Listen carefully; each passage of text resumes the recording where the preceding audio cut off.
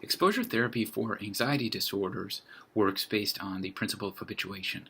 Habituation refers to the finding that, generally speaking, we get used to things simply as we spend more time with those things.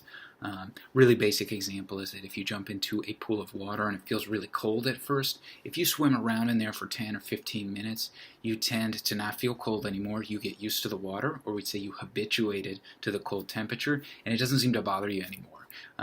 This can be used with anxiety disorders because you can expose yourself to things that are scary, things that are really sort of unpleasant and elicit fear. And if you simply spend enough time with those things, you get used to them. And as you get used to them, your anxiety reduces dramatically.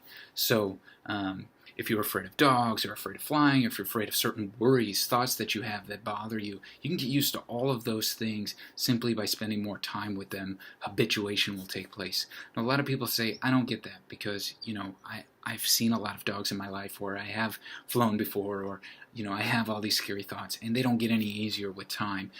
The reason for this is that habituation takes a little while to take effect. So just like jumping into the pool, it's cold at first, it takes a few minutes for you to get used to it.